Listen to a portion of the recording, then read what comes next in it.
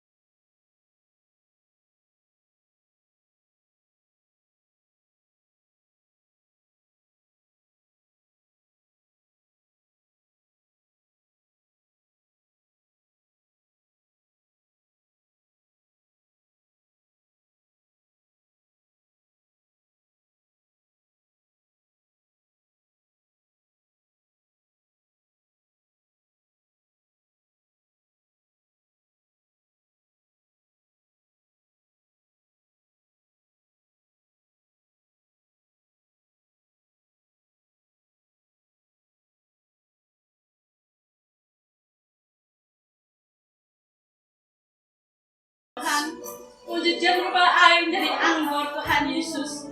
Kami sangat merindukan sekali akan mujizat itu Tuhan. Kini Tuhan, utuslah anakmu Andreas Pujo Tuhan yang pada malam hari ini Tuhan akan memberikan firman-Mu. Penuhi dia dengan Roh Kudus-Mu Tuhan yang menyala-nyala dalam dirinya Tuhan. Kau berkati dia Tuhan agar dia bisa untuk membawakan firman-Mu ini dengan baik dan benar Tuhan Yesus. Urapi dia dengan Roh Kudus-Mu Tuhan. Anak-Mu di sini siap untuk mendengarkan. Amin. Terima kasih Tuhan. Nama Bapa dan Putra dan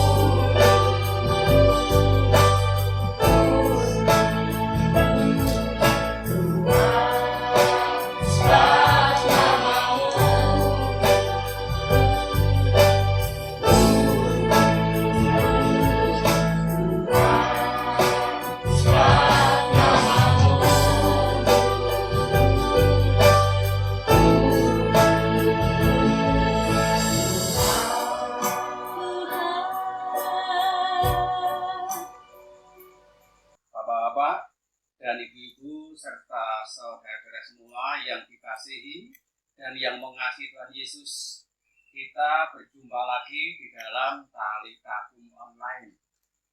Malam hari ini kita akan bahas tentang mujizat air berubah menjadi anggur. Meskipun kejadian ini ada dalam perjamuan kawin di Kana, tetapi sebenarnya tema ini bukan soal perkawinan, tetapi bagaimana mujizat itu bisa menjadi nyata. pengajaran tentang mendapatkan mujizat dengan kejadian di perjamuan kawin di Kana. Mujizat air berubah menjadi anggur. Mujizat. Hari ini kita akan bahas bagaimana supaya kuasa mujizat Tuhan bisa terjadi di dalam hidup kita. Ini bukan soal perkawinan, tapi soal bagaimana mujizat malam hari ini melalui pengajaran perkawinan Kana Anda akan bisa mendapatkan mujizat. Nah, kita akan baca dulu dasar penginjilannya Yohanes 2 ayat 1 sampai dengan 11. Yohanes 2 ayat 1 sampai dengan 11. Perkawinan di Kana.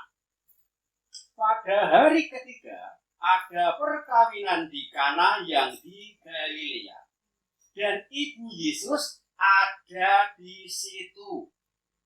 Yesus dan murid-muridnya diundang juga dalam perkawinan itu. Ketika mereka kekurangan anggur, ibu Yesus berkata kepada Yesus, mereka kehabisan anggur. Kata Yesus kepada Maria, mau apakah engkau daripadaku, Ibu? Saatku belum tiba. Tetapi Ibu Yesus berkata kepada pelayan-pelayan, apa yang dikatakan Yesus kepadamu, buatlah itu. Di situ ada 6 tempayan yang disediakan untuk pembasuhan menurut adat orang Yahudi. Masing-masing isinya 2-3 buyung. Yesus berkata kepada pelayan-pelayan itu, isilah tempayan-tempayan itu penuh dengan air. Dan mereka pun mengisinya sampai penuh. Lalu kata Yesus kepada mereka, sekarang cedoklah dan bawalah kepada pemimpin pesta. Lalu mereka pun membawanya. Setelah pemimpin pesta itu mengecap air yang telah menjadi anggur itu, dan ia tidak tahu dari mana datangnya, tetapi pelayan-pelayan yang mencedok air itu mengetahuinya, ia memanggil mempelai laki-laki dan berkata kepadanya, setiap orang menghidangkan anggur yang baik dahulu, dan sesudah orang puas minum, barulah yang kurang baik. Akan tetapi engkau menyimpan anggur yang baik sampai sekarang. Hal itu dibuat Yesus di Kana yang di Galilea sebagai yang pertama dari tanda-tandanya, dan dengan itu ia telah menyatakan kemuliaannya, dan murid-muridnya percaya kepadanya. Mujizat air berubah jadi anggur. Biasanya orang itu kalau ingin melayani Tuhan, itu syaratnya mereka harus mendapatkan mujizat dulu, baru bisa melayani Tuhan. Atau Tuhan melayani dia dahulu, baru dia melayani Tuhan. Tetapi ternyata kejadian perkawinan Kana ini berbeda.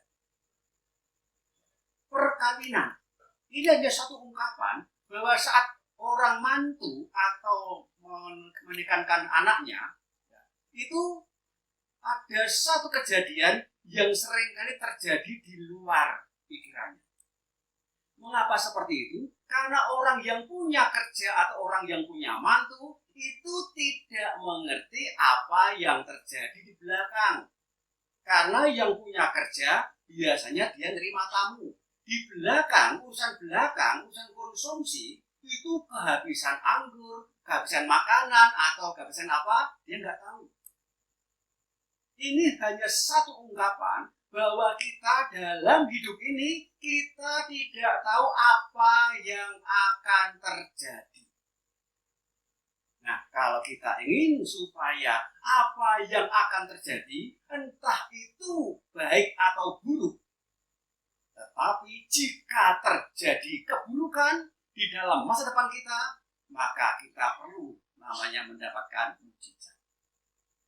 Agaknya dalam perumpamaan ini atau kejadian perkawinan anak ini agak berbeda. Karena apa? Sebelum orang ini punya kerja, karena dia tahu bahwa nanti jika terjadi masalah, apalagi sampai kekurangan anggur. Ya, di Yahudi sana itu kalau orang perjamuan kawin, kehabisan anggur adalah suatu kejadian yang sangat-sangat memalukan. Makanya sebelum hal itu terjadi, entah apa yang terjadi, yang punya kerja di Kana ini, dia mengundang dulu Yesus dan Maria. Tidak dilayani Tuhan dulu, tapi dia melayani Bunda Maria dan Tuhan Yesus. Mari kita lihat. Bab 2 ayat 1 dan 2. Pada hari ketiga ada perkawinan di Kana yang di Galilea, dan ibu Yesus ada di situ.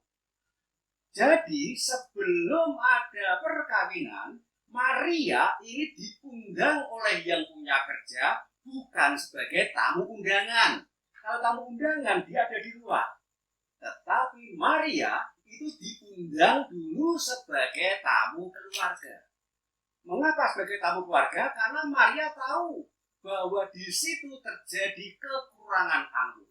Coba Anda renungkan. Kalau sampai Maria ini tahu bahwa di belakang kekurangan anggur, dia diundang sebagai tamu undangan atau tamu keluarga. Pasti tamu keluarga. Maka syarat pertama kalau kita ingin terima mujizat, undang dulu Maria dalam hidup Anda. Tidak hanya Maria, ayat 2 dikatakan, Yesus dan murid-muridnya diundang juga ke perkawinan itu. Jadi kita akan mengundang Maria dan Tuhan Yesus di dalam kehidupan kita, sehingga nanti jika hidup kita dalam masalah, Bunda Maria dan Tuhan Yesus tahu apa yang sebenarnya terjadi, dan dia sanggup untuk menyelesaikan. Nah sekarang, bagaimana cara mengundang Maria dan Yesus? Tata cara gereja Katolik untuk mengundang Maria memang dengan doa devosi kepada Bunda Maria. Entah novena Salam Maria, entah doa Salam Maria, ya, entah doa-doa yang lain, entah rosario dan lain-lain. Itu adalah tata cara gereja. Tetapi di mata Tuhan Yesus, bagaimana kita bisa mengundang Maria? Kita baca, mengundang Maria. Kita baca Lukas 8 ayat 20 dan 21. Lukas 8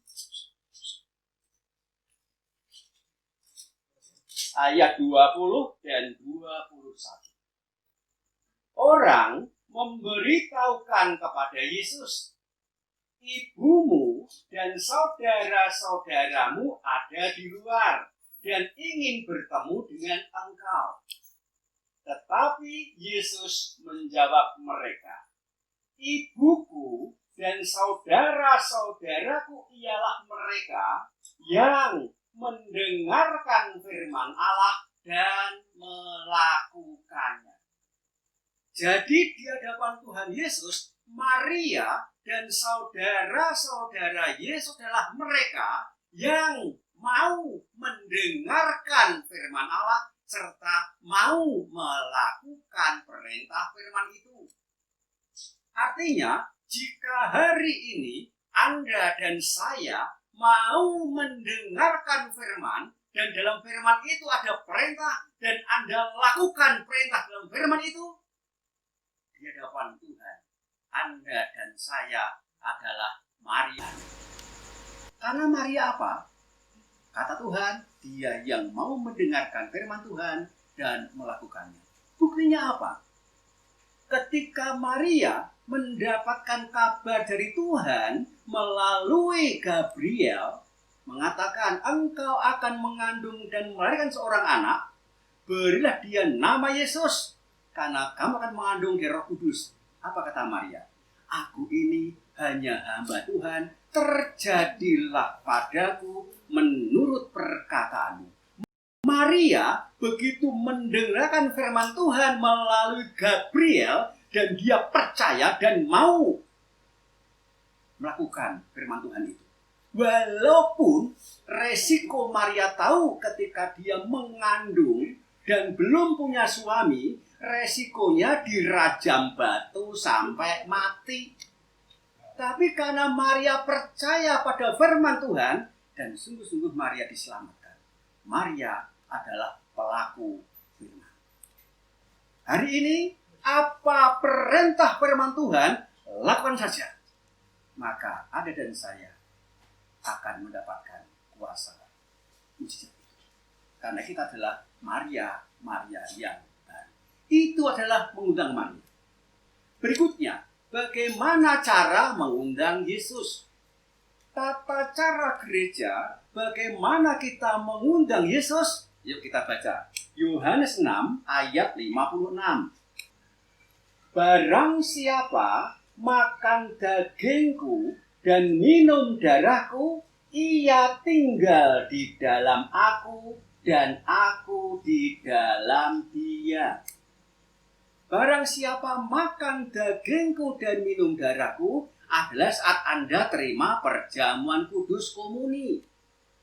Jika Anda sudah perjamuan kudus komuni, janji Tuhan, firman Tuhan, ia yang komuni tinggal di dalam aku dan aku di dalam dia. Jadi tata cara gereja kalau kita ingin mengundang Yesus lewatnya perjamuan kudus komuni. Tapi kenyataannya meskipun banyak orang gereja sudah terima perjamuan kudus komuni, harusnya Tuhan tinggal dalam dirinya, kenyataannya masih banyak orang gereja ini masih bisa kena gendam, santet, mantra, tenung.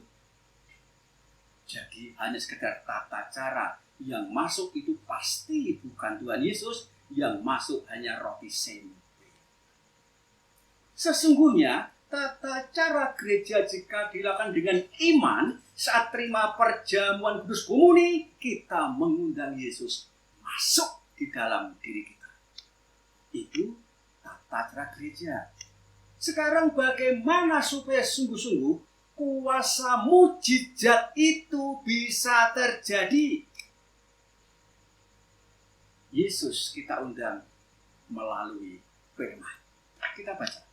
Yohanes 1 ayat 14. Firman itu telah menjadi manusia dan diam di antara kita. Dan kita telah melihat kemuliaannya, yaitu kemuliaan yang diberikan kepadanya sebagai anak tunggal Bapa, penuh kasih karunia dan kebenaran.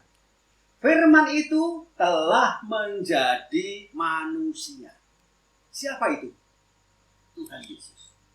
Jadi kalau kita ingin mengundang Tuhan Yesus masuk dalam diri kita, baca firman. Dengarkan firman. Karena Yesus adalah firman Allah yang menjadi manusia. Kalau kita nanti membaca firman, mengundang Yesus dalam firman, maka akan muncul iman. Karena iman itu muncul dari pendengaran akan firman. Kita baca Roma 10 ayat 17. Roma 10 ayat 17.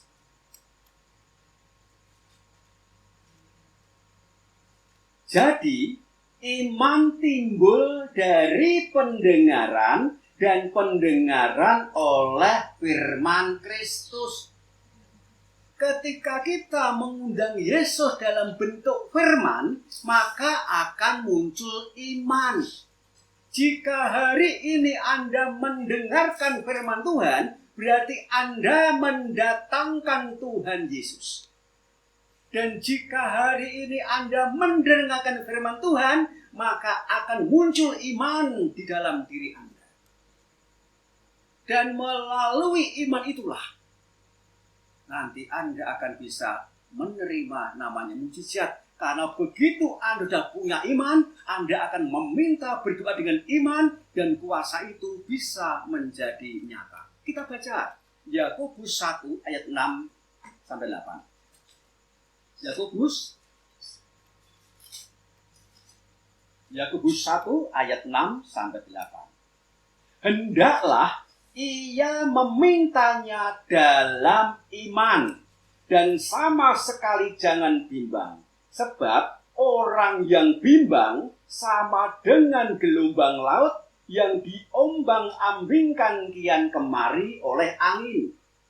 Orang yang demikian janganlah mengira bahwa ia akan menerima sesuatu dari Tuhan. Orang yang bimbang jangan mengira bahwa ia akan menerima mujizat dari Tuhan. Sebab orang yang mendua hati tidak akan tenang di dalam hidupnya. Terjadi mujizat apa tidak ya?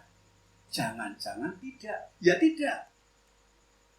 Tapi jika hari ini Anda betul-betul jadi Maria yang baru, mau mendengarkan firman Tuhan, dan Anda tahu perintah Tuhan itu apa, dan Anda lakukan dengan iman, maka kuasa itu menjadi nyata. Makanya iman muncul dari pendengaran akan firman. Setelah Anda muncul iman, lakukan dengan tindakan iman. Kita baca Yakobus 2 ayat 20 sampai dengan 24. Yakobus 2 ayat 20 sampai dengan 24. Hai manusia yang bebal, maukah engkau mengakui sekarang bahwa iman tanpa perbuatan adalah iman yang kosong?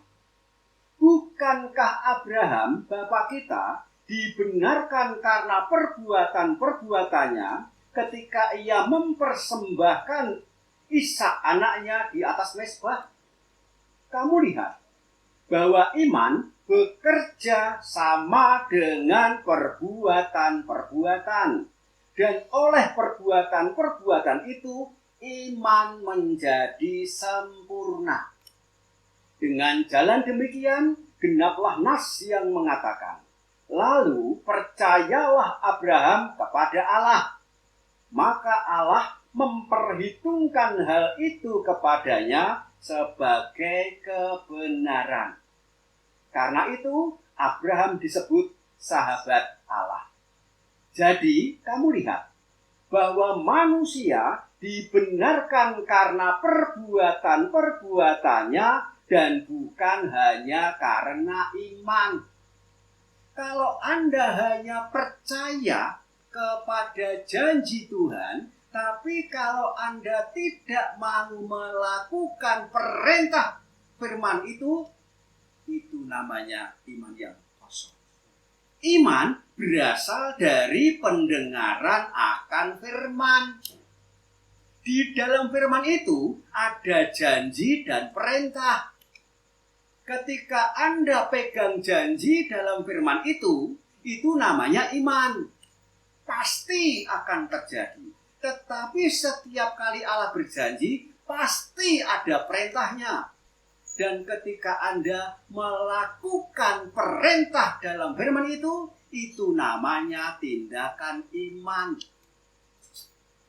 Banyak orang hanya percaya pada janji Tuhan, tetapi banyak orang yang tidak mau melakukan perintah Tuhan. Karena apa? Mereka tidak tahu perintah Tuhan yang mana yang harus saya lakukan. Banyak orang hanya menagih janji Tuhan. Banyak orang hanya salah sebagai karyawan, dia yang nagih gajian setiap hari, tapi dia tidak mau bekerja. Pada rumusnya, bekerja dulu, baru Anda gajian. Lakukan perintah Tuhan, janji Tuhan pasti akan dinyatakan. Jadi kalau Anda ingin terima mujizat hari ini, undang dulu, yaitu Maria. Anda siapkan hati Anda, siapkan telinga Anda, siapkan tindakan Anda. Karena Maria adalah mereka yang mau mendengarkan firman Tuhan dan melakukannya. Yang kedua, undang juga Tuhan Yesus, yaitu firman. Supaya Anda muncul iman, kemudian lakukan dengan tindakan iman, pasti mujizat terjadi. Datangkan Maria dan Yesus. Dia pasti tahu apa yang kita butuhkan. Itu adalah rahasia tentang perjamuan kawin di Kana. Berikutnya, ya, kembali ke Yohanes. Ya. Yohanes 2. Ayat yang ketiga sampai yang kelima. Dikatakan demikian. Ketika mereka kekurangan anggur, Ibu Yesus berkata kepadanya, mereka kehabisan anggur. Kata Yesus kepada Maria, mau apakah engkau daripadaku Ibu, saatku belum tiba. Tetapi Ibu Yesus berkata kepada pelayan-pelayan, apa yang dikatakan Yesus kepadamu, buatlah itu. Anda perhatikan di sini bahwa Maria tadi yang diundang sebagai tamu keluarga tahu akan terjadi kejadian yang sangat memalukan, yaitu kehabisan anggur. Kalau hari ini Anda undang Maria dalam hidup Anda, tidak usah khawatir. Maria tahu apa yang sedang terjadi di dalam hidup Anda dan saya. Dia tahu. Kemudian dia akan memintakannya kepada Tuhan Yesus. Nah, dikatakan, tapi meskipun Maria tahu bahwa di situ kehabisan anggur, dan Maria minta kepada Tuhan Yesus, apa jawab Tuhan Yesus? Jawabannya enak ini. Mau apakah engkau daripadaku Ibu, saatku belum tiba. Saatku belum tiba. Mengapa seperti itu? Perhatikan. Setiap kali Tuhan Yesus ngomong atau bicara atau berfirman, kata-kata Tuhan Yesus selalu mengarah pada dua hal. Kita baca dulu. Yohanes 6 ayat 63. Yohanes 6 ayat 63.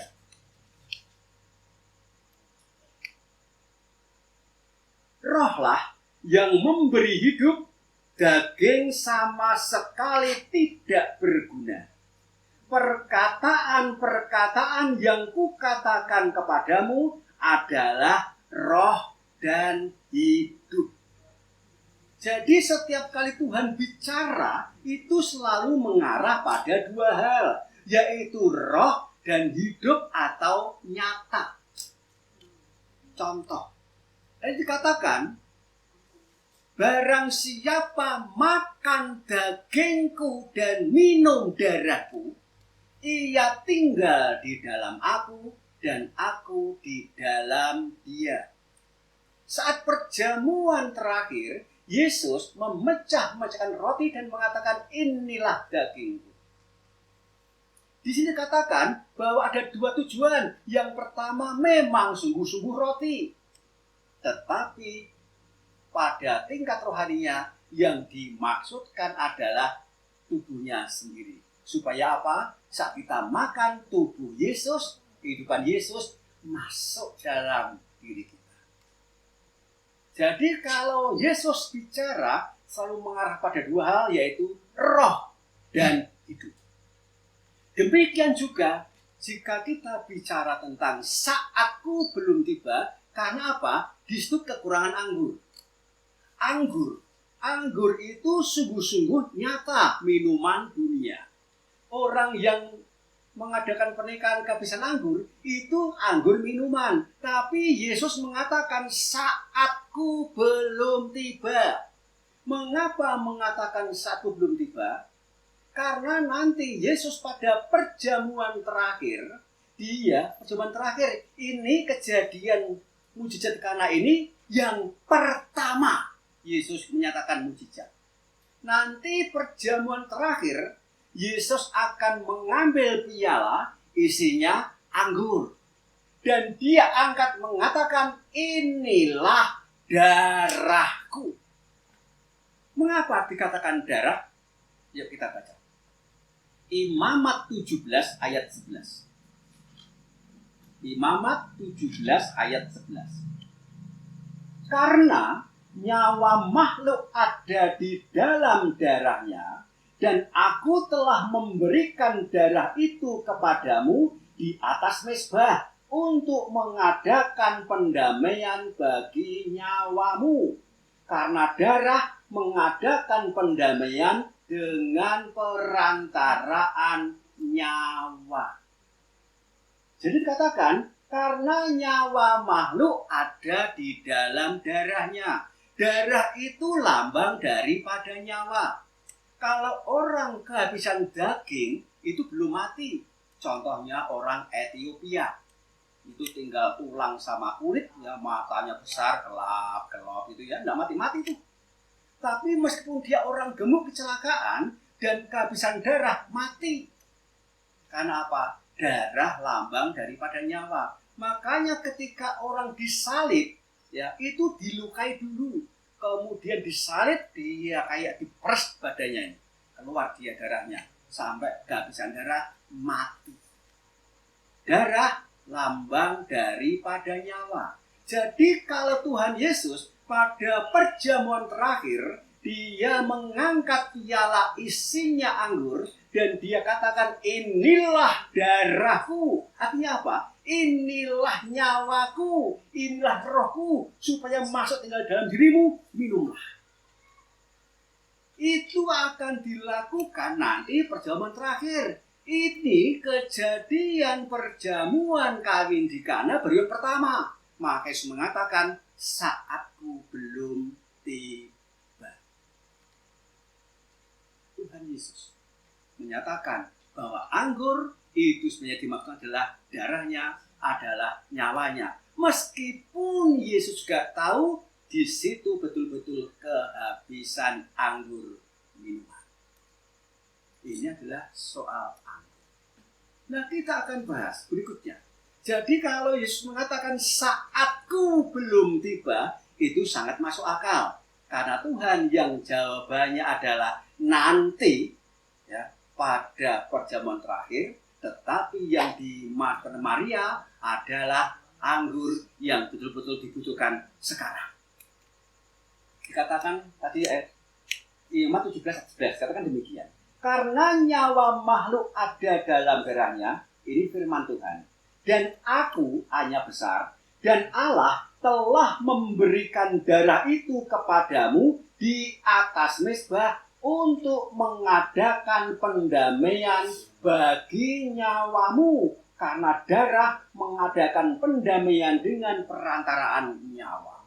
Jadi darah itu lambang nyawa, itu yang dari Allah akan mengadakan pendamaian dengan manusia. Namanya Allah akan mengadakan pendamaian dengan manusia, berarti antara Allah dengan manusia pernah terjadi keterpisahan hidup. Karena dosa Adam berbuat dosa, Adam terkena kutukan dosa, Adam dibuang ke dunia, kemudian Allah kembali ke surga. Menjadi Allah Bapa, manusia di dunia ada jurang dosa. Maka karena Allah yang mengutuk manusia, Allah harus yang menebus manusia.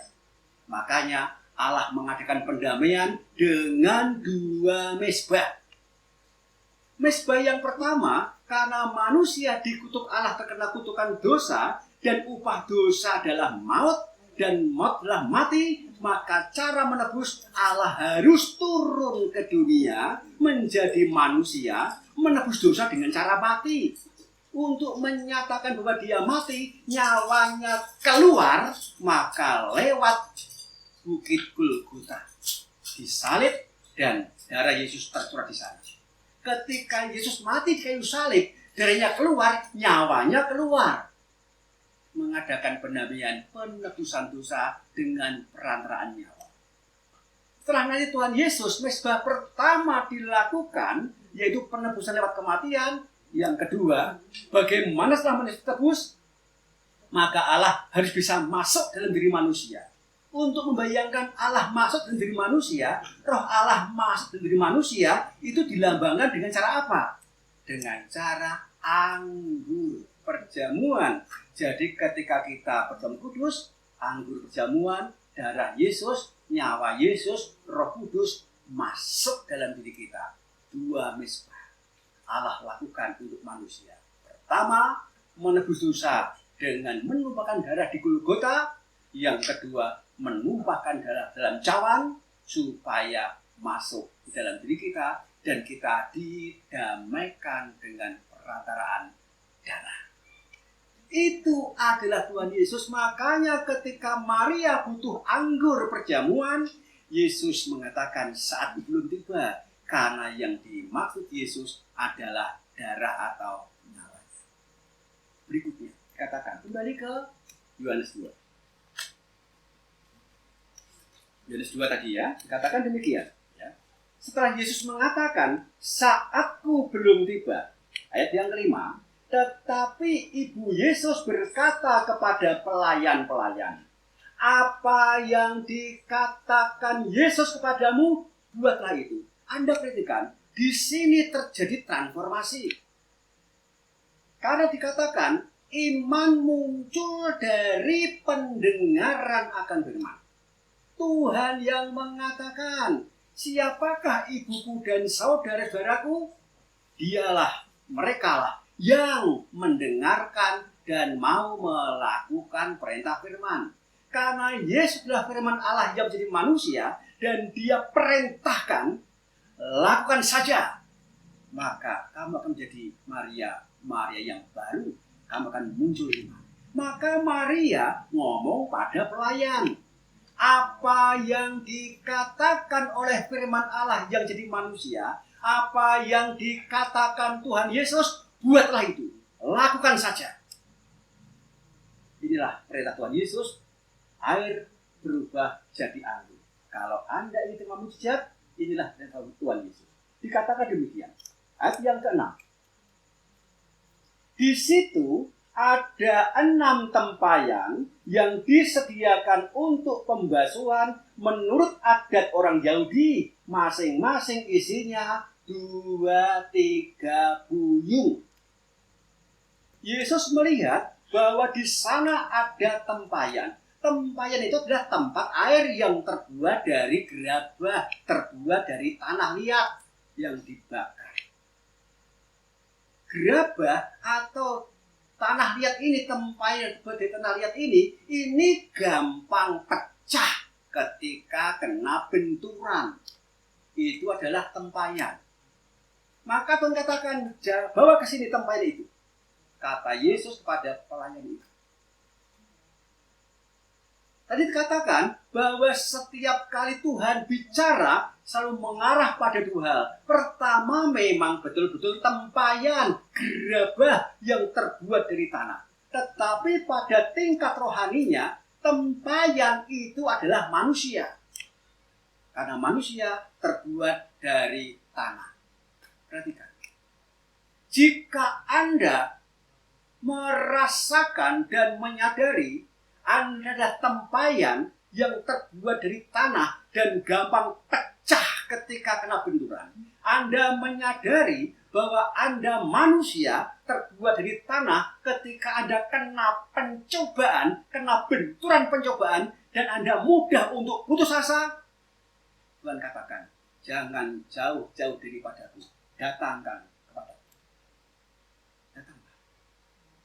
Hai tempayan-tempayan yang terbuat dari tanah liat, yang gampang pecah, gampang patah ketika kena benturan pencobaan. Datang.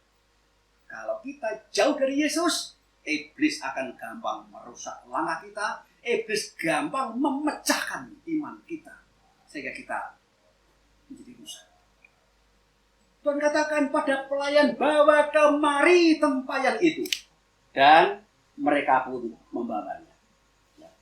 Kemudian apa perintah Yesus? Ayat yang ke-7. Yesus berkata kepada pelayan-pelayan itu, isilah tempayan-tempayan itu penuh dengan air. Dan mereka pun mengisinya sampai penuh. Pelayan melakukan. Untuk mengisi apa? Tempayan penuh dengan air. Air memang wujud aslinya air. Tetapi pada tingkat rohaninya, apakah air itu? Yuk kita baca. Matius 3 ayat 11. Matius 3 ayat 11.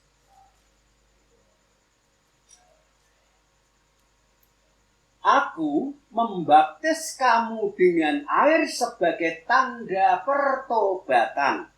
Tetapi ia yang datang kemudian daripadaku lebih berkuasa daripadaku, dan aku tidak layak melepaskan kasutnya. Ia akan membaptiskan kamu dengan Roh Kudus dan dengan api. Yohanes Pembaptis mengatakan, aku membaptis kamu dengan air sebagai tanda pertobatan. Nanti Yesus akan membaptis dengan Roh Kudus dan dengan api. Jadi baptis air tanda pertobatan. Tuhan katakan, kalau kamu, hai tempayan-tempayan yang gampang pecah ketika kena benturan, hai manusia yang jauh daripadaku, yang gampang patah dan pecah ketika kena pencobaan, datanglah padaku. Karena aku sudah jauh daripadaku, maka kamu harus isi tubuhmu dengan air, dengan penuh. Penuh itu artinya apa? Dari bawah sampai atas, penuh. Karena memang ada 7 lubang dari ujung kepala sampai ujung kaki yang kita seringkali memasukkan kuasa iblis dalam diri kita. Contoh, 1. Paling atas, pikiran. Saya mau tanya ini, apakah pikiran kita ini gampang untuk berbuat dosa ketika pencobaan datang bertubi-tubi? Kita seringkali punya pikiran dan rencana jahat. Yang penting mari, yang penting sembuh, ke dukun juga tidak apa-apa. Yang penting utang lunas, yang penting masalah selesai, ke dukun, ke suhu juga tidak apa-apa. Kita renungkan pikiran. Berikutnya, turun sedikit, telinga. Saya mau tanya nih, apakah telinga pendengaran Anda juga gampang terpancing emosi ketika mendengar perkataan orang yang menyakitkan dan Anda berbuat dosa? 3, mata. Apakah mata penglihatan Anda juga gampang terpancing emosi berbuat dosa ketika melihat kelakuan orang yang tidak seperti yang Anda bayangkan, sehingga Anda jengkel, akhirnya berbuat dosa? 4, mulut. Apakah Anda pernah mengucapkan kata sia-sia, caci maki, sumpah serapah, kata-kata kutuk, entah mengutuk orang atau mengutuk diri Anda sendiri seperti Ayub? Mulut kita seringkali kita masukkan iblis lewat perkataan sia-sia. 5, hati. Anda pernah sakit hati? Anda pernah iri hati? Anda pernah kecewa? Anda tidak bisa mengampuni? Isi dengan air sampai penuh. Yang ke-6, tangan. Sering tidak kita berbuat dosa dengan tangan? Yang ke-7, kaki. Pernahkah Anda mencari tempat pelarian-pelarian yang tidak Tuhan kehendaki? Ke tempat-tempat yang berdosa? Ke tempat-tempat yang berhawa nafsu? Atau pernah minta bantuan kepada perdukunan dan persuruhan, meskipun tujuannya baik, ternyata tidak benar, malah mendatangkan kutuk tempat keturunan?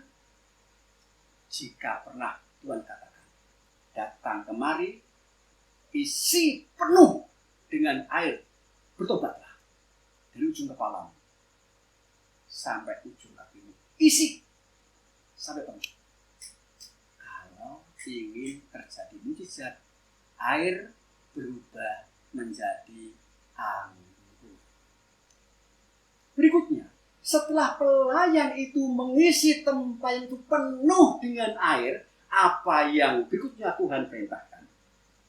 Dikatakan demikian pada ayat yang ke-8.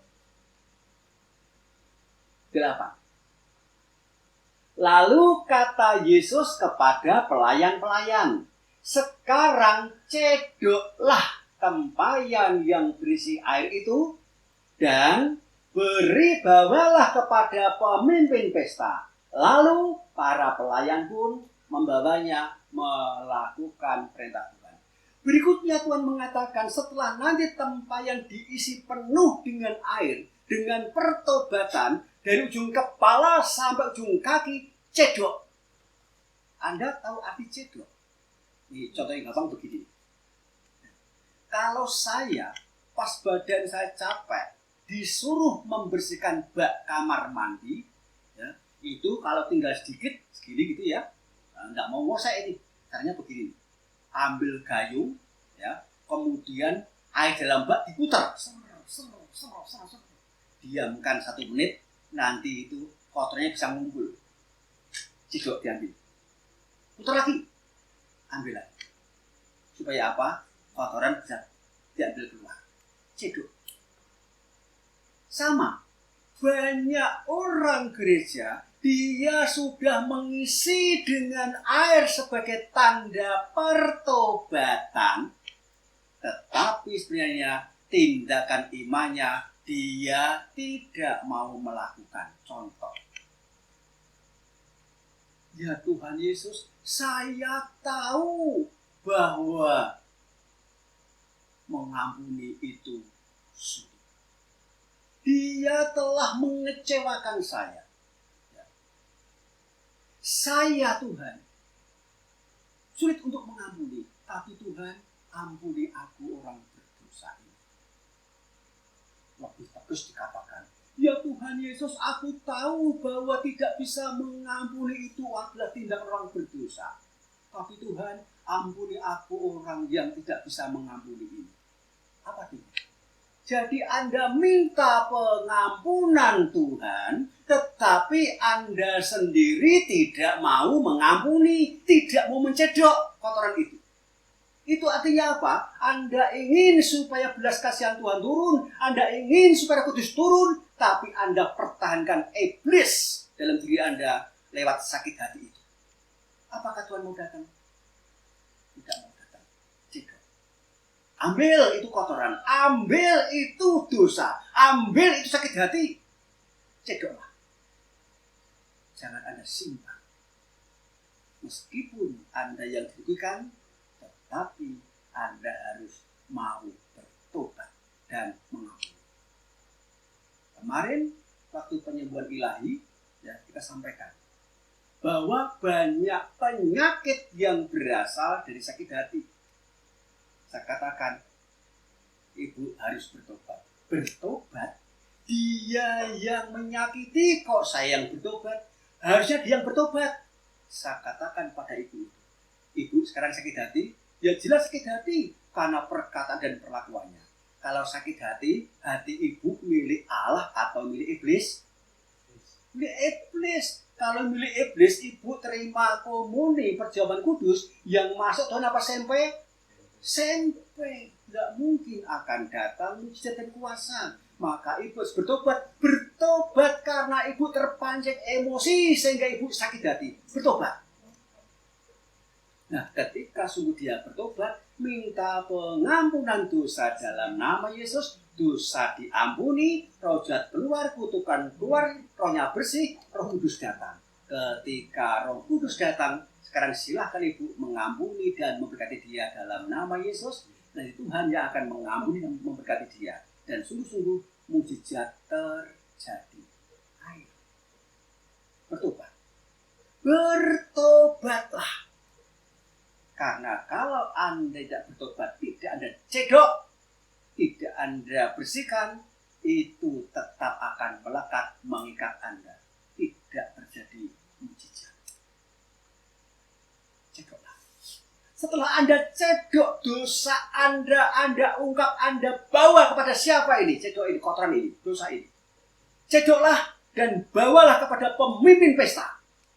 Memang di dalam tata cara atau cerita tadi, pemimpin pesta adalah ketua panitia di dalam kepanitiaan perkawinan itu. Tetapi sesungguhnya pada tingkat rohani, pemimpin pesta itu adalah Tuhan Yesus ketika nanti di surga sana. Jadi setelah Anda mengisi dengan air, Anda bertobat, Anda serahkan tobat ini, Anda serahkan kekurangan dan dosa-dosa Anda, bawalah kepada Tuhan Yesus. Dan ketika Anda membawa pertobatan ini, membawa dosa-dosa Anda ini kepada pemimpin pesta, yaitu Tuhan Yesus, apa yang terjadi? Anda perhatikan.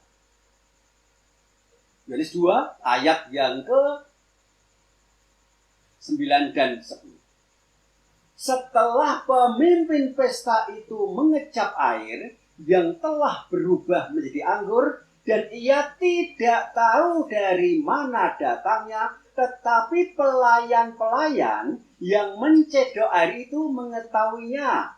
Ia memanggil mempelai laki-laki dan berkata kepadanya, setiap orang menghidangkan anggur yang baik dahulu, dan sesudah orang puas minum, barulah yang kurang baik. Akan tetapi engkau menyimpan anggur yang baik sampai sekarang. Anda perhatikan. Di sini setelah ada yang namanya air dicedok dan Tuhan perintahkan bawa kepada pemimpin pesta itu. Pelayan tahu itu isinya adalah air. Padahal yang dibutuhkan adalah anggur. Dan sungguh-sungguh ketika pelayan mau melakukan perintah Yesus, benar-benar air berubah jadi anggur. Tapi tidak tahu bagaimana terjadinya air berubah jadi anggur. Air adalah tanda pertobatan. Anggur adalah lambang dari darah Yesus. Anggur adalah lambang dari nyawa Yesus. Anggur adalah lambang dari Roh Kudus. Ketika Anda datang kepada Yesus dan bertobat, minta pengampunan dosa dalam nama Yesus, kotoran, roh Anda bersih, tiba-tiba Roh Kudus masuk. Bagaimana Roh Kudus masuk? Anda tidak tahu. Semua orang tidak tahu. Tiba-tiba berubah jadi anggur. Air berubah menjadi anggur. Tidak hanya sekedar anggur, tetapi anggur yang terbaik. Hari ini, apakah Anda sedang punya masalah? Hari ini, apakah Anda butuh mujizat? Hari ini, apakah Anda butuh kuasa air berubah jadi anggur? Apa kata Tuhan? Apa perintah Tuhan? Lakukan saja. Pertama, sadarilah bahwa Anda dan saya adalah tempayan-tempayan yang tidak berharga, hanya digunakan untuk pembasuhan kaki. Sadarilah bahwa Anda dan saya adalah manusia-manusia yang gampang patah dan pecah ketika pencobaan datang. Sadarilah bahwa Anda dan saya jika sedang patah dan pecah pasti jauh dari Tuhan Yesus. Sadarilah kita jauh dari Tuhan Yesus. Makanya step pertama, datanglah kepada Tuhan Yesus. Yang kedua, isilah dengan air pertobatan sampai penuh. Cedok. Kemudian kita serahkan dosa-dosa kita kepada Tuhan Yesus. Setelah Anda bertobat, minta pengampunan dosa dalam nama Yesus, tiba-tiba air berubah menjadi anggur. Anggur adalah persis apa yang dikatakan oleh Kisah Para Rasul. Kita baca Kisah Para Rasul 10 ayat 43 dan 44. Tentang dialah, tentang Yesuslah, semua nabi bersaksi bahwa barang siapa percaya kepadanya, percaya kepada Yesus, Anda akan mendapatkan pengampunan dosa oleh karena namanya, oleh karena nama Yesus. Ketika Petrus sedang berkata demikian, turunlah Roh Kudus ke atas semua orang yang mendengarkan pemberitaan itu. Jadi kalau Anda ingin hari ini terima Roh Kudus, syaratnya hanya 2. Ayat 43 dikatakan, percaya kepada Tuhan Yesus, atau Anda akan mendapatkan pengampunan dosa. Oleh karena nama Yesus, Anda akan terima Roh Kudus. Percaya itu apa? Menyerahkan dengan sepenuh hati. Datanglah kepada Tuhan Yesus dengan sepenuh hati. Hanya menyerahkan kepada Yesus saja. Di luar Yesus, no. Di luar firman-Nya, no. Karena di luar firman Tuhan tidak akan muncul iman. Karena iman berasal dari pendengaran akan firman. Datanglah. Setelah Anda percaya, menyerahkan hidup Anda sepenuh hati kepada Yesus, tempayan-tempayan yang gampang patah dan pecah. Berikutnya, bertobatlah, minta pengampunan dosa dalam nama Yesus, isilah dengan belas kasihan Tuhan, pertobatan. Serahkan semua dosa-dosamu itu, kelemahan-kelemahanmu itu kepada Tuhan Yesus, pada pemimpin Kristus. Dan ketika Anda minta pengampunan dosa dalam nama Yesus, siapa yang mengampuni? Tuhan Yesus. Ketika Anda diampuni, maka Roh Kudus datang. Air pertobatan berubah menjadi anggur Roh Kudus. Anda perhatikan. Ketika Anda terima Roh Kudus, Anda tidak hanya terima mujizat.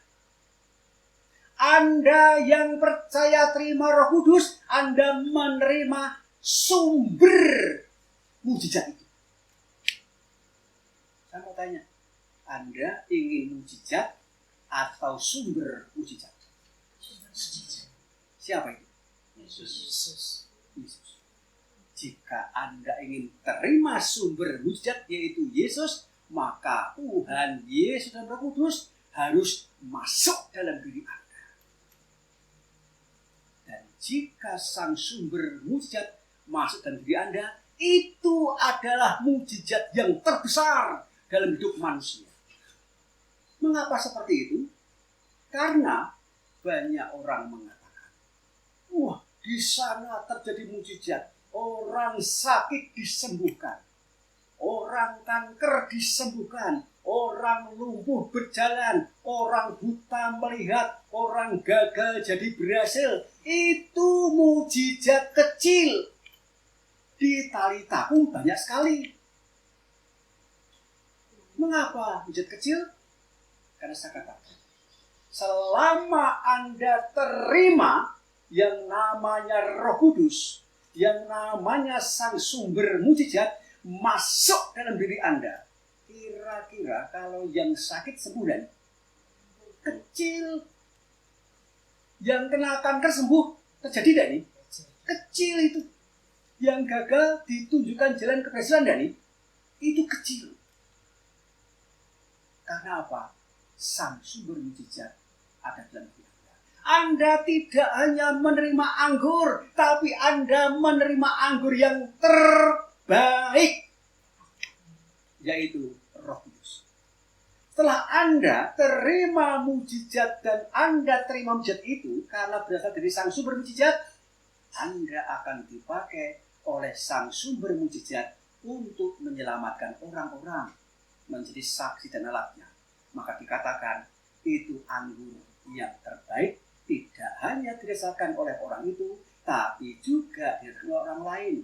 Karena kalau ingin menjadi yang terbaik, Anda tidak bisa menilai diri Anda sendiri kecuali oleh orang lain yang menilai.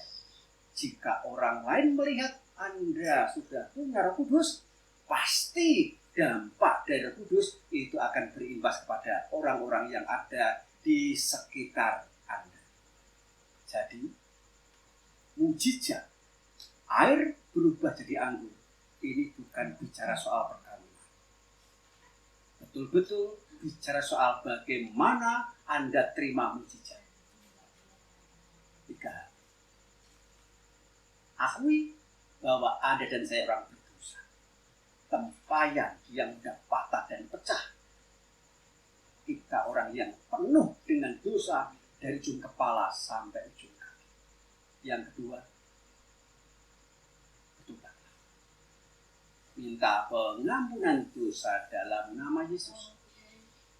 Yang ketiga, kita akan terima Roh Kudus. Tuhan Yesus dalam Roh Kudus masuk dalam diri kita. Nah, sekarang bagaimana tindakan iman bahwa Tuhan sudah tinggal dalam diri kita? Tindakan imannya, kita akan minta kuasa nama Yesus. Mengapa kok minta dalam nama Yesus? Kita kembali. Yohanes 14 ayat 14. Yohanes 14 ayat 14. Jika kamu meminta sesuatu kepadaku dalam namaku, aku akan melakukannya. Siapa yang melakukan? Tuhan. Tugas kita hanya apa? Minta dalam nama Yesus. Siapa yang melakukan? Tuhan. Tuhan yang di mana? Tuhan yang ada dalam diri kita. Perhatikan. Anda ingin terima mujizat? Mujizat adalah hasil atau janji Tuhan. Tetapi setiap kali Tuhan berjanji dalam firman-Nya, Tuhan selalu berikan perintah lebih dulu. Lakukan perintah Tuhan, pasti janji Tuhan akan terjadi. Jadi mujizat itu tidak hanya diberikan pada mereka yang percaya pada janji Tuhan. Mujizat bisa diterima dengan 2 hal. Taat, percaya. Terima mujizat. Taat itu apa? Melakukan perintah Tuhan, percaya pada janji Tuhan. Keduanya ada dalam firman Tuhan. Mujizat terjadi. Dan ini adalah Maria yang baru. Dengarkan perintah Tuhan. Datang ke Tuhan. Lakukan perintahnya. Datang bertobat. Tuhan menyatakan janjinya, Roh Kudus sumber mujizat akan masuk di dalam diri Anda dan saya. Itulah air berubah jadi anggur. Bagaimana mendapatkan mujizat? Apakah hari ini Anda dalam masalah? Apakah hari ini Anda dalam kuasa pencobaan sakit penyakit? Apakah hari ini Anda jauh dari Yesus sehingga Anda gampang patah dan pecah? Mari kita datang ke Tuhan Yesus. Mari kita bertobat. Maka kita akan terima sang sumber mujizat, yaitu Roh Kudus. Mari kita masuk dalam hadirat.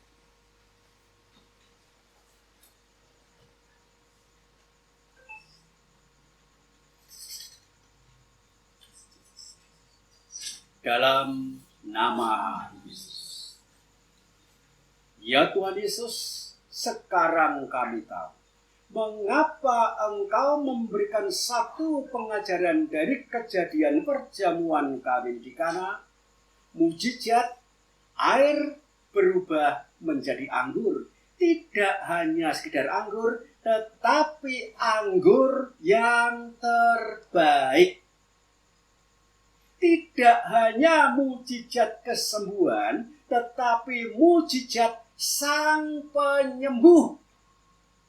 Tidak hanya dapat mujizat berkat, tetapi mujizat Sang Sumber berkat, yaitu Roh Kudus.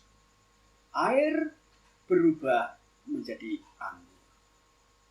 Jika kami ingin terima mujizat, Engkau berikan perintah, jadilah seperti Maria yang baru, yang mau mendengarkan perintah firman-Ku dan mau melakukannya. Jika hari ini Engkau berjanji Roh Kudus akan Kau curahkan, asal kami melakukan perintah-Mu, yaitu percaya dan bertobat, dan kami mau melakukannya, pasti janji-Mu akan Kau nyatakan. Karena firman yang telah Kau perdengarkan membuat kami punya iman. Dan asal kami lakukan dengan tindakan iman, maka kuasa akan Kau nyatakan. Dalam nama Yesus. Maka Tuhan, yang pertama dan yang terutama, kami menyadari bahwa kami orang yang lemah ini datang kepadamu, percaya, menyerahkan sepenuh hati kepadamu. Mari kita serahkan hidup kita sepenuh hati kepada Tuhan Yesus. Dalam nama Yesus. Ya Tuhan Yesus, kami sekarang menyadari dan memang benar bahwa kami adalah tempayan-tempayan yang tidak berharga. Paling berharga hanya digunakan untuk pembasuhan kaki yang ada di bawah, bukan untuk pembasuhan kepala. Kami adalah tempayan-tempayan yang tidak berharga, yang terbuat dari tanah liat yang dibakar. Sehingga saat kena benturan akan mudah patah dan pecah. Kami adalah tempayan-tempayan yang tidak berharga, karena kami terbuat dari debu tanah. Jika jauh darimu, maka kami pun gampang patah dan pecah. Ketika kena pencobaan datang bertubi-tubi, gampang remuk. Tidak ada apa-apanya. Kami menyadari Tuhan bahwa kami adalah orang-orang berdosa. Maka Tuhan, sekarang kami akan serahkan hidup kami kepadamu. Dalam nama Yesus. Ya Tuhan Yesus, kami serahkan hidup kami, roh, jiwa, dan raga kami di dalam tangan kanan-Mu yang kuat. Kami percaya mulai sekarang hidup kami dalam kuasa-Mu. Engkau yang akan memiliki kami dan menjaga kami, karena kami sudah ada di dalam tangan-Mu. Dalam nama Yesus. Tempayan sudah dibawa di dalam kuasa. Yang kedua, perintah-Mu. Isilah tempayan itu dengan air pertobatan sampai penuh. Maka Tuhan, banyak dosa yang kami lakukan, tetapi banyak yang kami lupakan. Padahal dosa tetap dosa. Dosa tidak bisa ditutup dengan perbuatan baik ataupun tekun berdoa. Dosa hanya bisa dipatahkan dengan pengampunan dan diawali dengan pertobatan. Bagaimana mungkin kami bisa bertobat jika dosa yang kami lakukan yang lalu, yang puluhan tahun yang lalu, atau bertahun-tahun yang lalu lupa? Maka Tuhan, isilah diri kami ini dengan belas kasihan-Mu, dengan roh pertobatan. Karena kami siap Tuhan untuk Kau bongkar air tanda pertobatan. Seperti Yohanes Pembaptis mengatakan, Aku membaptis kamu dengan air sebagai tanda pertobatan. Bersihkanlah kami Tuhan, bongkarlah semua dosa-dosa yang dulu pernah kami lakukan. Kita mohon belas kasihan dan pengampunan Tuhan. dalam nama Yesus. Ya Tuhan Yesus, kami sungguh-sungguh percaya saat ini juga belas kasihan dan pengampunan-Mu Kau curahkan Tuhan, dan masuk Tuhan, membongkar semua pikiran-pikiran dan rencana-rencana jahat yang dulu-dulu pernah menguasai pikiran kami ketika pencobaan datang bertubi-tubi sehingga pikiran Kristus tidak bisa menguasai kami. Tuhan Yesus, ampunilah kami orang berdosa ini dalam nama Yesus. Jika hari-hari yang lalu Tuhan, telinga pendengaran kami gampang terpancing emosi, mendengar perkataan orang yang menyakitkan hati, memanaskan telinga, sehingga kami berbuat dosa. Demikian juga dengan mata penglihatan kami, yang seringkali terpancing emosi melihat kelakuan orang yang tidak seperti yang kami bayangkan, sehingga kami berbuat dosa. Maka ya Tuhan Yesus, ampunilah kami orang berdosa ini dalam nama Yesus. Silahkan air pertobatan masuk di dalam mulut kami ini. Jika hari-hari yang lalu Tuhan, mulut kami ini sering kami mengucapkan kata sia-sia, caci maki, sumpah serapah, kata-kata kutuk, sehingga mulut kami tidak layak menyerukan doa yang punya kuasa. Maka ya Tuhan Yesus, ampunilah kami orang berdosa ini dalam nama Yesus. Silahkan mengalir air pertobatan dalam dada kami, bongkar semua dosa-dosa yang pernah masuk dalam dada kami ini. Jika hari-hari yang lalu dada kami pernah kami isi dengan roh kebencian, roh sakit hati, roh kekecewaan, karena dirugikan, karena ditipu, difitnah, dan lain-lain, sehingga Roh Kudus tidak mungkin ada di dalam hati kami, maka ya Tuhan Yesus, ampunilah kami orang berdosa ini dalam nama Yesus. Silahkan masuk dalam kedua tangan kami ini Tuhan. Jika hari-hari yang lalu kedua tangan kami ini pernah berbuat jahat, mengambil sesuatu yang bukan menjadi hak kami, pernah melukai orang atau melukai hati-Mu, maka ya Tuhan Yesus, ampunilah kami orang berdosa ini dalam nama Yesus. Silahkan masuk dalam kedua kaki kami ini Tuhan. Jika hari-hari yang lalu kedua kaki kami ini pernah mencari tempat pelarian-pelarian yang tidak Tuhan kehendaki, ke tempat-tempat yang berdosa, ke tempat-tempat yang berhawa nafsu, atau pernah datang minta bantuan kepada perdukunan dan persungguhan, sehingga mendatangkan kutuk 4 keturunan, maka ya Tuhan Yesus, ampunilah kami orang berdosa ini dalam nama Yesus. Kami sungguh-sungguh percaya Tuhan, ketika air pertobatan sudah kami isikan dari ujung kepala sampai ujung kaki kami, sudah kami isi penuh. Percaya Tuhan, jika dosa-dosa kami sudah kami serahkan kepada pemimpin pesta, yaitu Tuhan Yesus, dengan kata-kata dalam nama Yesus, ya Tuhan, maka dosa yang ada dalam diri kami Kau keluarkan. Kutukan Kau keluarkan. Tempayan menjadi bersih. Maka janji-Mu, Roh Kudus akan datang. Anggur Roh Kudus ada dalam diri kami. Seperti yang Kau janjikan sendiri dalam firman-Mu. Percayalah kepada Tuhan Yesus Kristus dan bertobatlah, minta pengampunan dosa dalam nama Yesus, maka kamu akan terima Roh Kudus. Percaya, ketika kami sudah datang kepadamu dan bertobat, maka Roh Kudus masuk di dalam diri kami. Maka yang ketiga Tuhan, berikanlah kami iman bahwa sesungguhnya Roh Kudus, anggur darah, nyawamu, rohmu ada dalam tempayan yang sudah kau ubah. Kita minta itu dalam nama Yesus.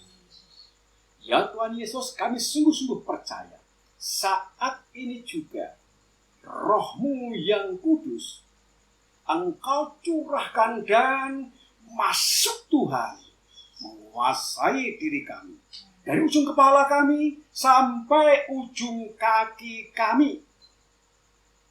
Karena kami percaya iman muncul dari pendengaran akan firman. Dan jika dilakukan dengan tindakan iman, maka sungguh-sungguh saat minta dalam iman dan dengan tidak bimbang, maka kuasa-Mu Kau nyatakan hari ini karena kami sudah datang kepadamu, menyerahkan segala kelemahan kami kepadamu, minta pengampunan dosa dalam nama-Mu, kami percaya janji-Mu, Roh-Mu yang kudus masuk menguasai kami. Kami telah terima anggur Roh Kudus. Air pertobatan berubah menjadi anggur Roh Kudus. Tidak hanya mujizat yang kami terima, tapi kami telah terima sang sumber mujizat, yaitu Tuhan Yesus di dalam Roh Kudus. Dalam nama Yesus. Dan Engkau berikan perintah dalam firman, jika kamu punya iman, tapi tidak bekerja sama dengan perbuatan-perbuatan, tidak disertai dengan tindakan iman, itu adalah iman yang kosong. Kami telah punya iman bahwa Tuhan Yesus dalam Roh Kudus tinggal dalam diri kami. Maka Tuhan, supaya kami bisa melakukan tindakan iman, berikanlah kami kuasa nama Yesus, supaya saat kami minta dalam nama Yesus, Engkau yang melakukan, menggunakan kami jadi alat-Mu sendiri. Dalam nama Yesus. Ya Tuhan Yesus, kami sungguh-sungguh percaya saat ini juga kuasa nama Yesus yang kudus dan luar biasa itu Kau curahkan Tuhan, dan masuk Tuhan, menguasai seluruh pikiran, perkataan, hati, tindakan, dan menguasai kedua telapak tangan kami ini. Kami percaya mulai sekarang apapun yang akan kami doakan, kami katakan, kami tumpangkan tangan untuk memberkati, untuk bekerja, untuk menyembuhkan, untuk mengasihi, melayani, serta mengusir setan dengan kata-kata. Dalam nama Yesus, kami percaya Engkau yang ada dalam diri kami yang melakukan, menggunakan kami jadi alat-Mu. Dan jika itu kami lakukan dengan tindakan iman setiap hari, kami percaya tempayan yang tadinya tidak berharga, yang sudah terisi dengan air pertobatan, telah menjadi anggur Roh Kudus. Tidak hanya sekedar anggur, tetapi anggur yang terbaik.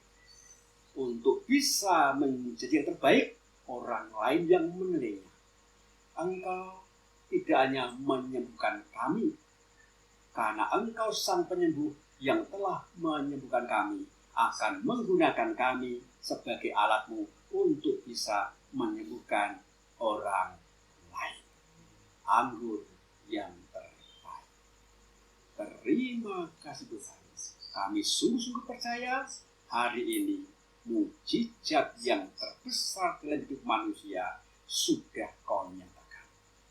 Sekarang kami tahu mujizat yang terbesar bukan sakit menjadi sembuh, bukan gagal menjadi berhasil, tetapi mujizat terbesar dalam hidup kami adalah saat kami percaya kami sudah terima sang sumber mujizat, yaitu Tuhan Yesus dalam Roh Kudus sudah berkuasa dalam diri kami. Maka yang sakit pasti akan disembuhkan, yang gagal ditunjukkan jalan keluar. Karena sekarang bukan lagi kami yang hidup, tetapi Tuhan Yesus dan Roh Kudus yang hidup berkuasa menjadikan kami jadi milik dan alat Tuhan sendiri. Terima kasih Tuhan, terima kasih Yesus. dalam nama Yesus. Amin. Bapa kami yang ada di surga, dimuliakanlah namamu, datanglah kerajaanmu, jadilah kehendak-Mu di atas bumi seperti di dalam surga. Berilah kami rezeki pada hari ini, dan ampunilah kesalahan kami, seperti kami pun mengampuni yang bersalah kepada kami, dan janganlah masukkan kami dalam percobaan, tetapi bebaskanlah kami dari yang jahat. Amin. Mohon berkat-Mu Tuhan atas apa yang hendak kami pikirkan, kami katakan, dan kami perbuat. Mohon berkat-Mu dalam kuat kuasa nama-Mu, Allah Bapa, Allah Putra, Allah Roh Kudus. Amin. Tuhan Yesus memberkati.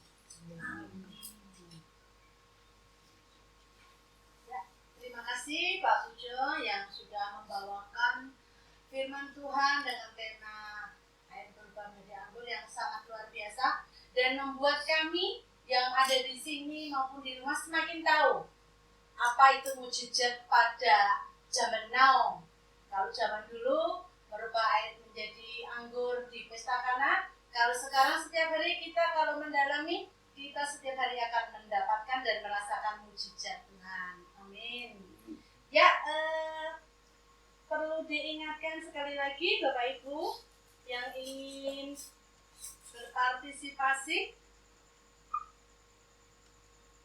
untuk mendonasikan hasil jeripayah selama ini untuk kelangsungan tim Talitaku. Kami masih membuka donasinya. Dan juga bagi Bapak Ibu yang membutuhkan untuk konsultasi secara pribadi, bisa menghubungi Bapak Andreas Pujo dengan nomor WA yang ada di layar Bapak Ibu sekalian, 08383833141. Silakan kalau Bapak Ibu sekalian ada yang mempunyai suatu permasalahan, ingin curhat-curhat, dipersilakan untuk WA Pak Pujo. Dan untuk donasi bisa ditransfer melalui rekening BCA. Itu seperti yang tertera di layar Bapak Ibu di BCA 03062404844, belakangnya ditambahi angka 7 supaya untuk memudahkan bagian keuangan. Demikian Bapak Ibu, terima kasih sudah mengikuti acara Sun Talitakum pada malam hari ini. Marilah kita sekarang menyanyi bersama sebelum memulai acara tanya jawab ya Pak Pujo ya. Ya. Dengan lagu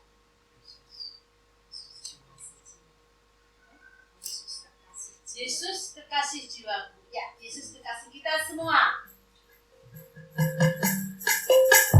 Silakan Bapak Ibu. Ikut bernyanyi bersama.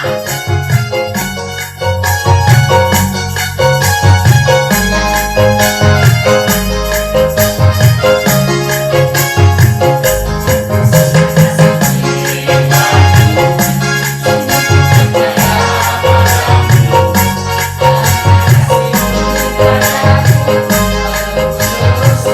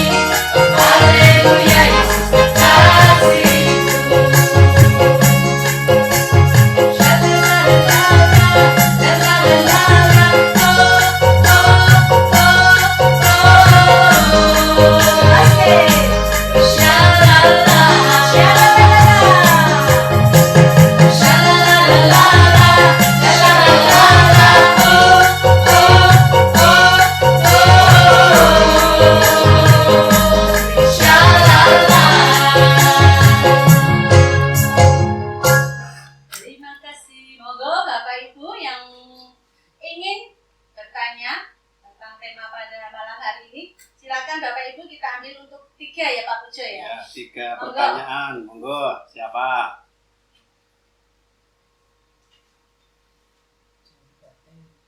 Monggo. 3 pertanyaan.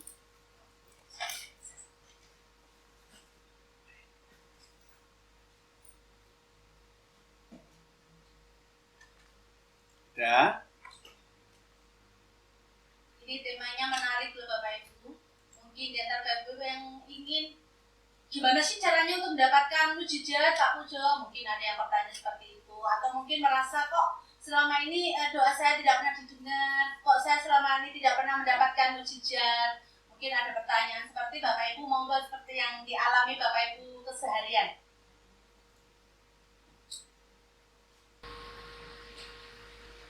Atau Mas Ari, Pak ya. Monggo Bu Titi apa?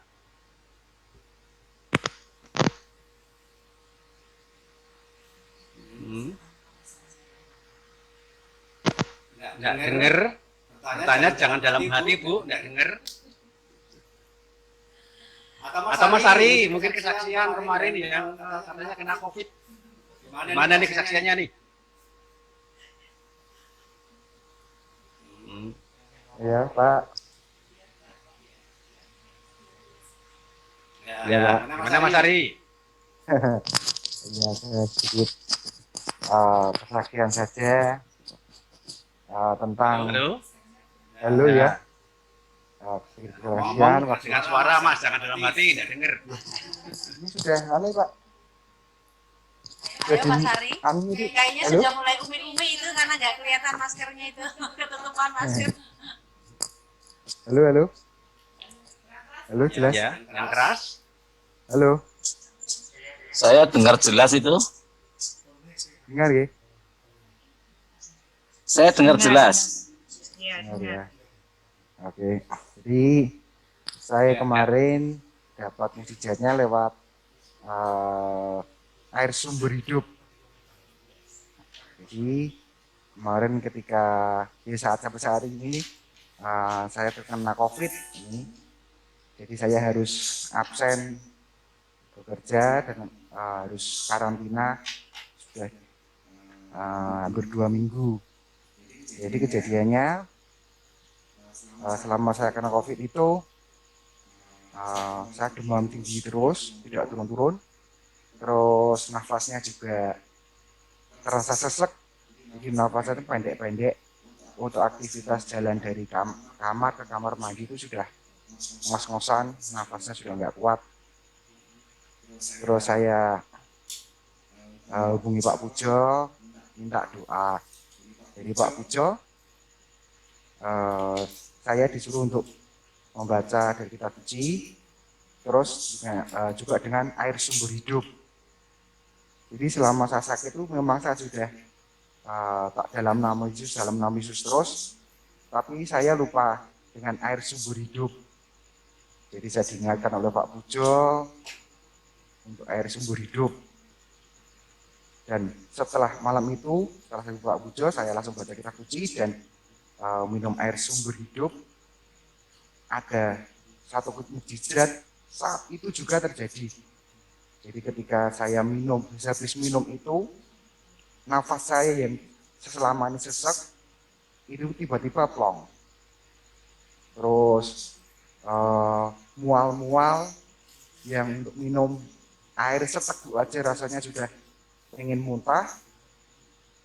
Minum air sumber hidup, langsung 1 gelas gede itu, tidak terasa mual sama sekali. Badan yang rasanya lemes, linu-linu, habis minum air sumber hidup langsung seger, gembira gitu rasanya. Nah itu terus sekarang saya lakukan minum air sumber hidup sambil baca kitab suci. Badan saya sekarang sudah fit dan ini nanti besok Jumat tinggal tunggu swab. Kalau negatif saya bisa kembali beraktivitas. Itu saja sedikit kesaksian tentang kuasa air sumber hidup yang luar biasa. Jadi corona ternyata kalah dengan air sumber hidup ya? Iya Pak, kalah Pak. Imanmu yang menyelamatkan. Ya. Iya. Ya. Monggo yang lain. Ya. Kenapa bisa terjadi seperti itu? Karena firman Tuhan memang mengatakan air sumber hidup lambang dari Roh Kudus. Kalau kamu sakit tidak usah minta sembuh, mintalah Sang Penyembuh. Dan sungguh ketika diimani air sumber hidup lambang Roh Kudus, Sang Penyembuh masuk, terjadi kesembuhan. Itu sungguh-sungguh nyata. Makanya iman muncul dari pendengaran akan firman. Apa yang Tuhan perintahkan dalam firman, lakukan saja. Dan kuasa menjadi nyata. Ya. Selamat daripada yang lain, kepada saudara-saudara yang kena penyakit COVID atau penyakit yang lain, tidak usah khawatir. Penyakit yang paling menakutkan tetap kalah dengan Tuhan. Monggo yang lain.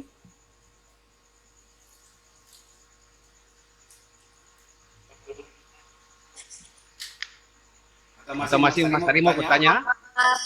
Ya, monggo. Selamat malam Pak Pujo. Ya. Saya mau bertanya Pak Pujo, ini mewakili dari keluarga yang ikut mendengarkan Pak Pujo juga. Ya. Pak Pujo, kan ada juga yang bilang begini, kita harus percaya kalau memang kita itu sudah menerima Roh Kudus gitu kan, tidak boleh ragu gitu kan Pak Pujo. Ya. Tapi apa tandanya Pak Pujo kalau kita itu sudah benar-benar menerima Roh Kudus atau kutuk itu sudah dilepas dari dalam diri kita atau dari keluarga yang memiliki leluhur-leluhur yang belum mengenal Yesus begitu Pak Pujo. Itu saja pertanyaannya Pak Pujo. Terima kasih. Ya. Kerajaan Allah datang tidak dengan memakai tanda-tanda fisik. Kerajaan Allah hanya bisa diterima dengan hati dan percaya. Sama halnya, kalau Anda masih merasa dikuasai dosa, dikuasai iblis, Anda di bawah kuasa dosa dan kuasa iblis. Tetapi jika Anda percaya pada firman, bahwa Anda sudah bertobat, dan Anda terima Roh Kudus, imani. Roh Kudus tinggal dalam diri Anda. Nah, karena yang mengalahkan iblis bukan dengan tanda-tanda, imanmu yang menyelamatkanmu. Tuhan ingin menyatakan mujizatnya kepada kita. Ingat-ingat, mujizat adalah suatu kejadian di luar nalar manusia. Suatu kejadian yang tidak masuk akal. Makanya Tuhan tidak suka tinggal di akal. Karena akal budi manusia sudah cacat akibat makan buah pengetahuan. Tapi Tuhan suka tinggal di hati. Tuhan tidak suka dimengerti. Tuhan suka dipercayai. Ingin terima kuasa Roh Kudus? Percaya. Selama Anda mendengarkan dan melakukan perintah firman dan janji Tuhan, pasti dinyatakan. Itu adalah keselamatan. Kerajaan Tuhan, kerajaan Allah tidak datang dengan tanda-tanda, tetapi dengan percaya. Ya. Jadi seperti apa Roh Kudus? Anda tidak akan pernah bisa menemukan Roh Kudus seperti apa. Karena Roh Kudus itu adalah sesuatu yang diterima dengan hati dan percaya. Tapi ingat-ingat tidak sekedar percaya loh. Ya. Tetapi percaya Anda, iman Anda harus seperti yang Tuhan perintahkan di dalam firman-Nya. Ya. Jadi tidak semua iman itu datang dari firman Allah. Karena banyak agama juga mengatakan mereka punya iman. Tetapi kalau tidak seperti yang Tuhan perintahkan dalam firman-Nya, saya sampaikan mereka tidak terima Roh Kudus. Meskipun mereka berbuat baik. Ya. Jelas? Ya. Imani saja. Kalau Anda sudah bertobat, sudah pelepasan, Anda terima Roh Kudus, imani. Roh Kudus tinggal dalam diri saya. Hidup saya tersembunyi di dalam Tuhan. Ya, dengan percaya ya, tidak dengan tanda-tanda. Ya, Jelas? baik Pak Pujo, jelas Pak Pujo. Ya, Kalau ini. memang misalnya keraguan itu berarti harus disingkirkan gitu ya Pak Pujo, harus benar-benar dipercaya dan diyakini gitu ya Pak ya. Ya, karena iblis tujuannya merusak pikiran kita. Ingat-ingat, di mana ada pikiran yang baik, yang jahat pasti muncul. Hari ini Anda tanam benih gandum pada malam hari ini, benih gandum yang baik, tiba-tiba besok pagi Anda bangun tidur, muncul ilalang. Benar apa tidak ya tadi malam ya? Jangan-jangan tidak seperti yang Tuhan nyatakan. Ya nggak terjadi. Tapi bangun pagi, ilalang akan muncul, Anda katakan, hei ilalang, engkau tidak bisa menguasai pikiranku. Karena aku percaya. Benih gandum yang tadi malam atau malam hari tabur tidak akan pernah bisa tercabut. Hanya dengan iman. Imanmu yang menyelamatkanmu, imanlah yang mengalahkan dunia. Jelas? Amin. Terima kasih Pak Pujo penjelasannya. Ajaran Talitakum, Tuhannya tidak di surga, tapi sudah ada di dalam diri kita. Jelas ya? Oh, yang lain? Ya. Terima kasih Pak Pujo. Selamat malam. Monggo, siapa lagi? Tinggal satu.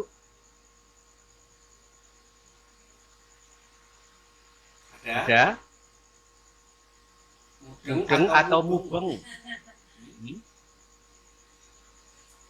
Kayaknya pada semangat nih Pak Pujo. Kayak mau ujian. Ya. Semua lihat saya ini repot ini. Ayo monggo Bapak Ibu Monggo, satu siapa? lagi.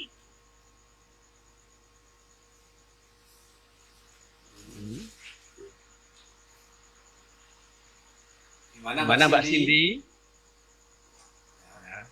Lama ya?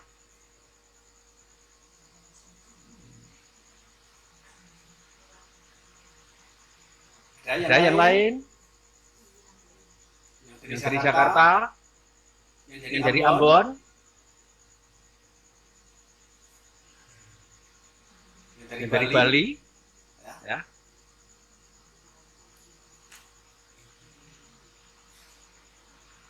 Yang Surabaya? Ada, dua saja. Oke ya. Nah, besok kita sambung lagi.